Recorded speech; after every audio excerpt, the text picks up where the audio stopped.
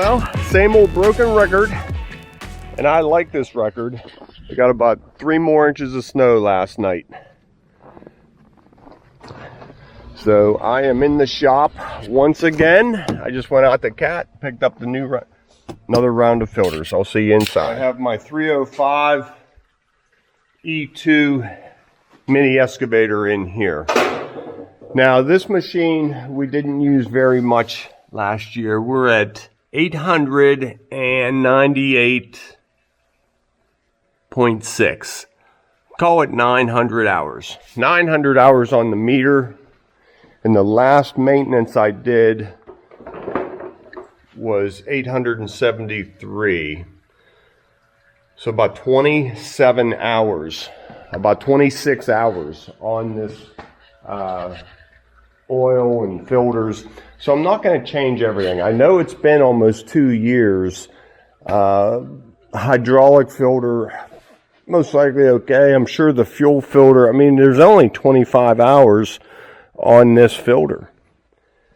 So I am going to go ahead and change the engine oil, filter, and let's take a look at the air cleaner filters. We'll get these serviced. That's pretty important. Let's just see how much dust this thing sucked in. Remember, I didn't clean this yet. So is it under any pressure? None at all. Okay. Go ahead and pull this off. Do this together here.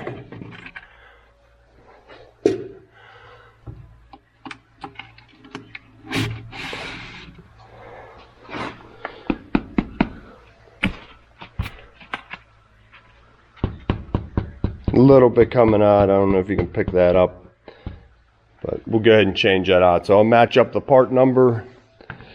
So that's why I'm not doing a full service on this.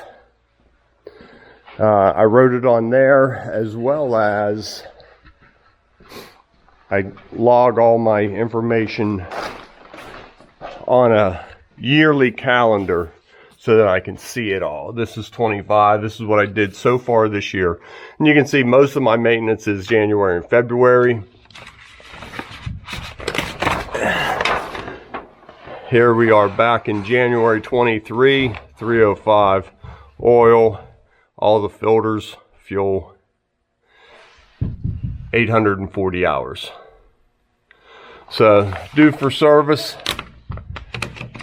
I don't think I need to do a full service on it. Like I said, 25 hours. You saw the air filter. I think we're good. I was talking to my dad this morning, and you know, just what are you up to? Just called him to chit chat a little bit, make sure he's doing okay in the winter time. Didn't need anything, and just got to talking. What have I been doing? So I said, well, yesterday I was up here in the wood shop making some trim for Emily's house.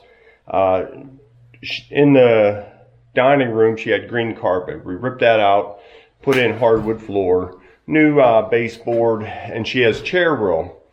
And she likes the picture framing under the chair rail to box it off like we have in our house. And I said, okay, yeah, we could do that. So I went out and priced it. They want $3 a foot. Lineal foot for that tiny little skosh of trim. So I got to thinking, hey, I have these shaper bits when I made my cabinets in my basement. So I came home yesterday and thought, I'll try that. So there's the profile to it. And I started cutting this out of 2x4s, and it worked out really well. So that's the trim, that's the profile, and that's straight on. So this is going to be the outside, this will be the inside, and I put a little notch.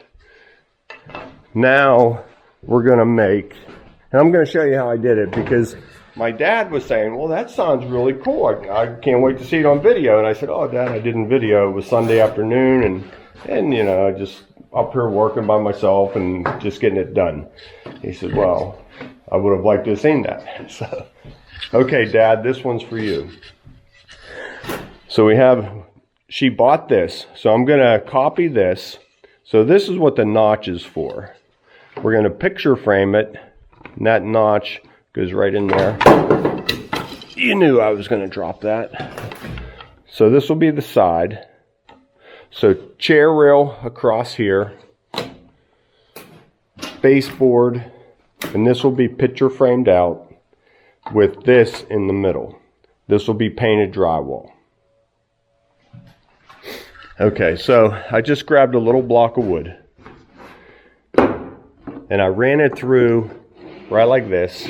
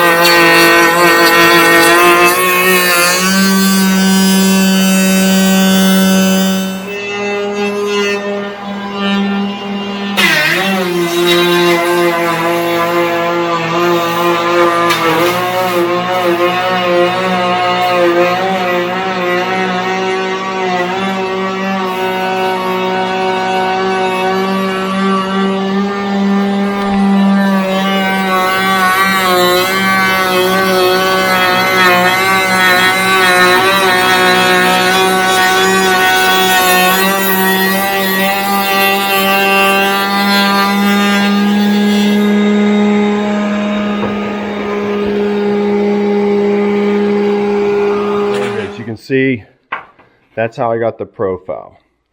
Now I just moved the fence to the saw over and I left about 1/4 inch and I ran it through the table saw, cutting this off. Today I'll use the miter saw because I have that set for my final step I wanted to show you. So I'll just cut this right like that.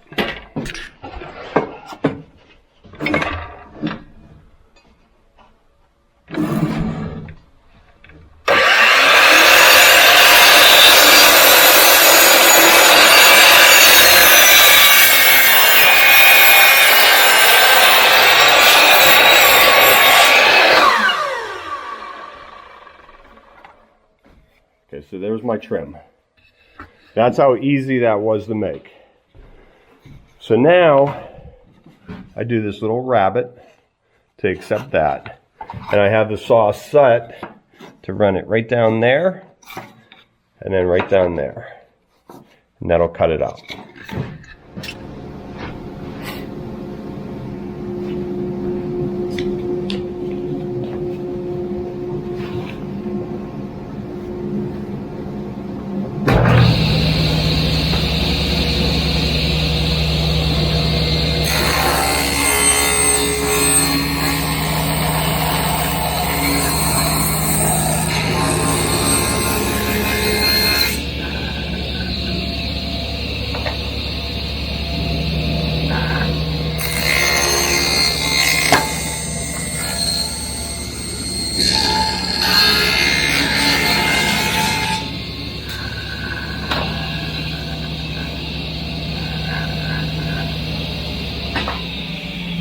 So that rabbet you see, now that can fit right in there.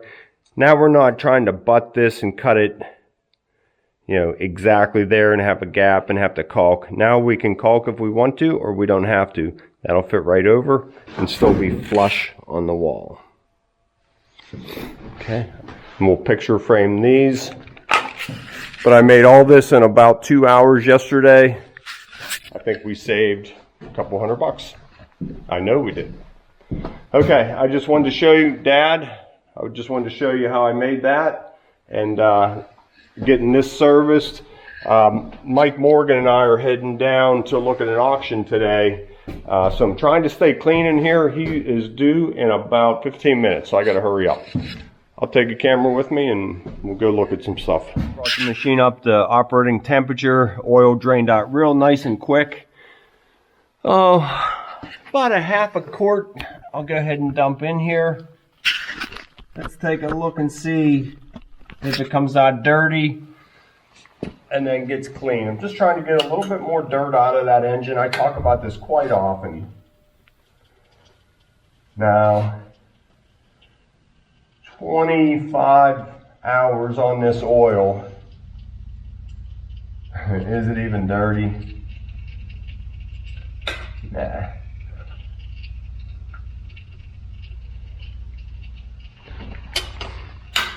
But I don't want to have to do this mid-season. I want to have all my maintenance done so we can just concentrate on working. That oil is coming out nice and clean. That's what you want to see. Clean oil saves the engine, right? Okay, let's get this filter off. Check the number. 377-6969. 3376, good number. Let's go ahead and put this on. And doing my best to stay clean. I don't want to just leave this oil cap off while working in here. If you knock dirt or debris in there, anything can happen, right? Just put that cap on there. I don't even care if you tighten it, don't tighten it. Just put it on there so now the hole's blocked and you can work without knocking anything in there. Put this camera right here. Get you a nice close up. So many different oil filters and locations, so you just got to have so many of these wrenches to fit where they fit. Some have a strap, some have a head that you put on and a ratchet.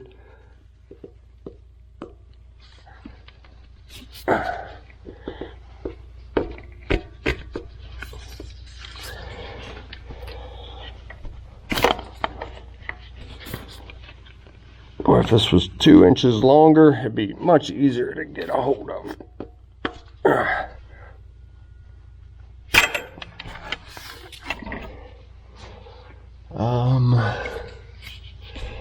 I think I'm gonna have to move the camera out of the way again.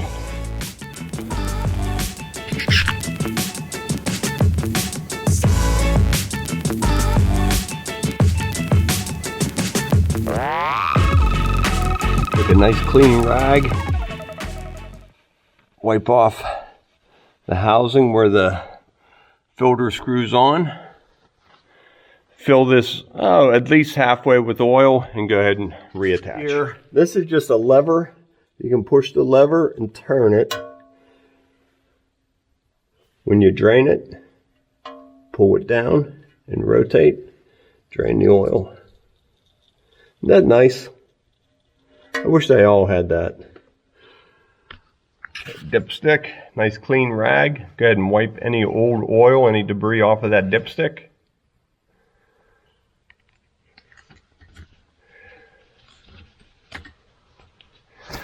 And add oil.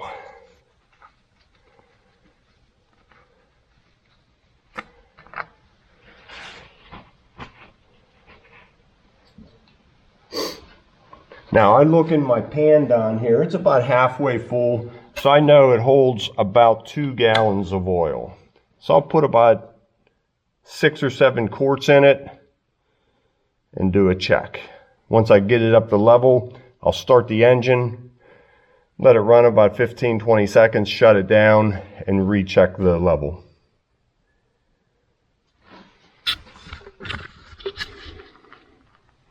Nice oil can, start and stop lever. Really make it nice. That way you're not spilling, slopping oil everywhere. With a flexible end. I have these cans in a 2-quart, gallon, and 2-gallon, depending on the machine I'm working. Now, I'm sitting right here, 2 quarts good. I'll just fill it up, 2 more times, plus a little.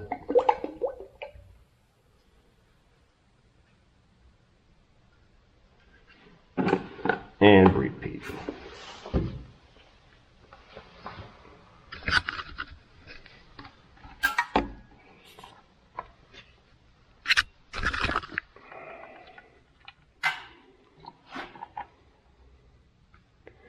Right in there.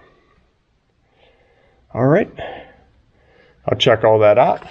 And I'll show you when I'm done. While I'm letting the engine oil settle down, pull out the inner air filter. Double check the numbers. 454, 50, 34, good number. Old one goes in the garbage, and new one goes in.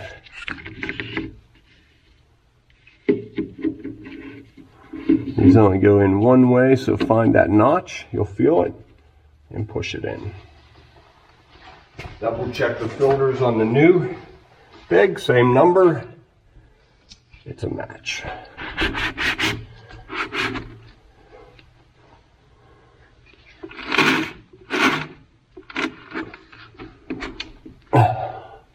I don't think it matters. I always put the cat emblem up. I don't think it matters though. And it'll say up if it needs to be up.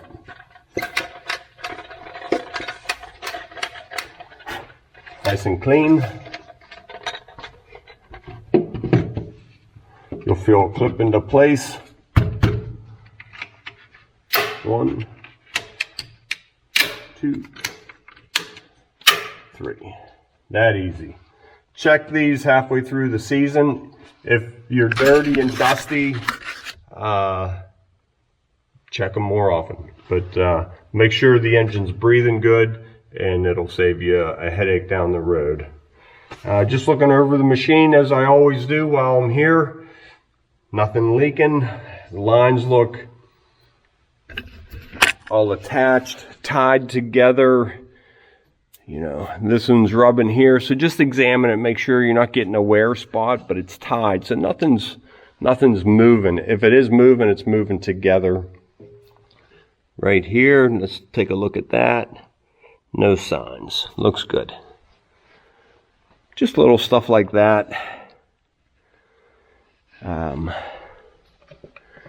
Overflow bottle. There's still a little bit of material in it. Start it up. You can look for bubbles in there, but the machine's running great.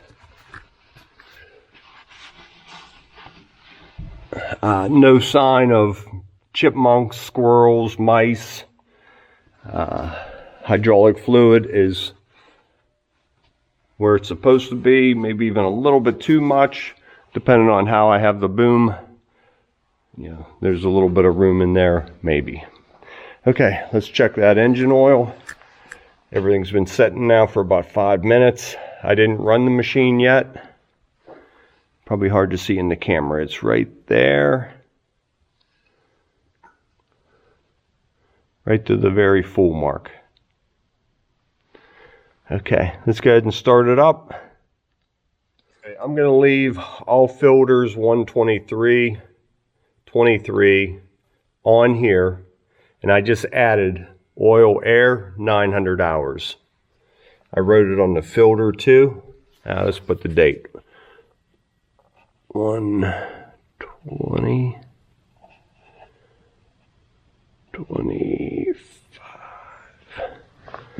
No, that way, just in case I don't remember, they have it there for records. And then over here, air filter and the hours. I'll mark it on the calendar back there, but now there's some record.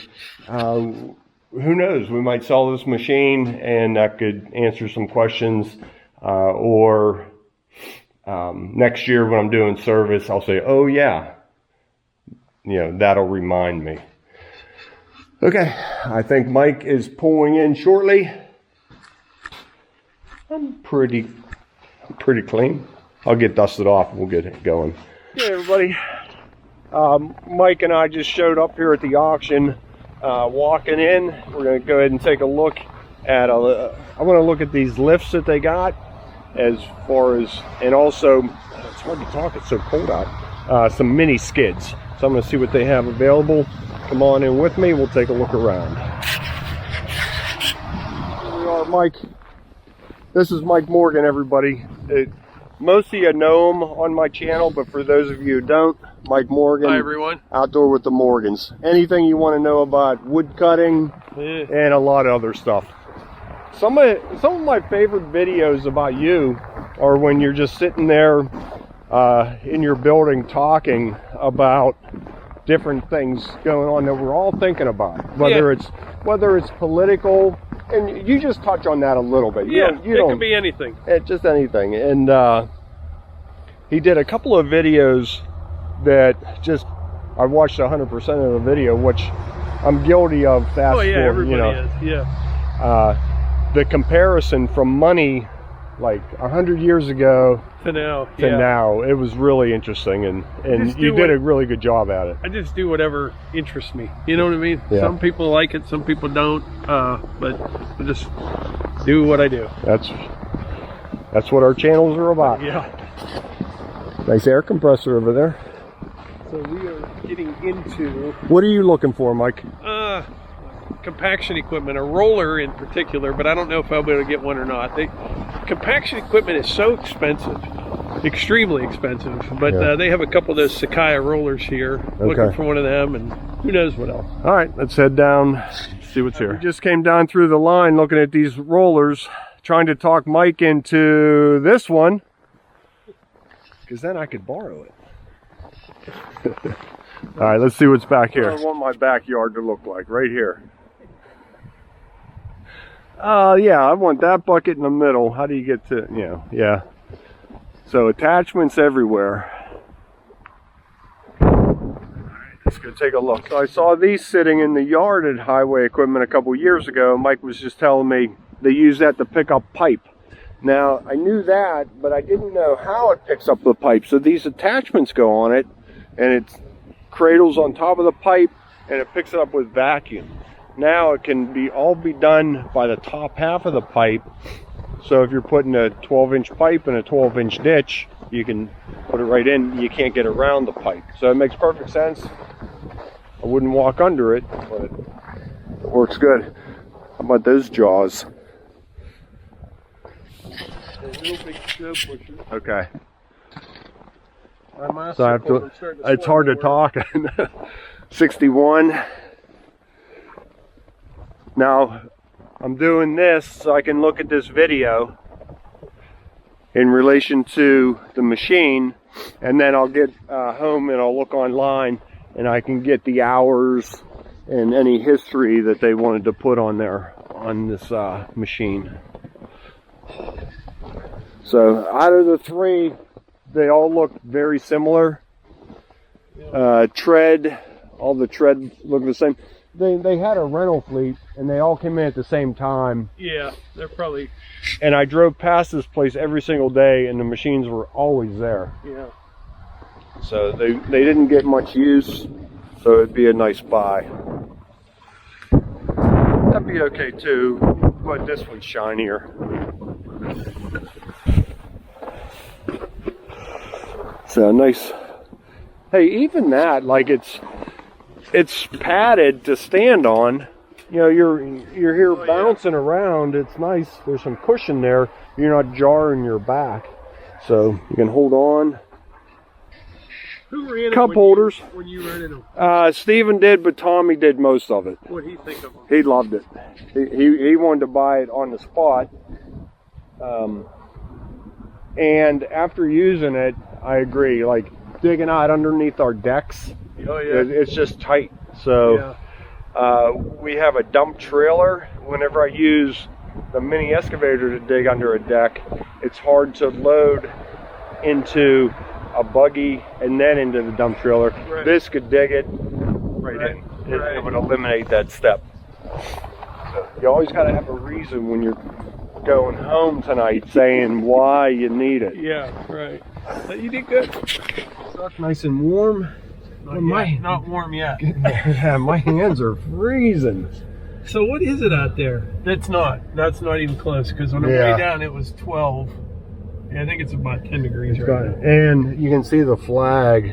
Like it's like bone chilling cold. It reminds me a few years ago I was in New York City walking around, all those buildings on the concrete just pulls the heat out of your body. It does. Bone chilling cold. But we saw a lot of nice stuff.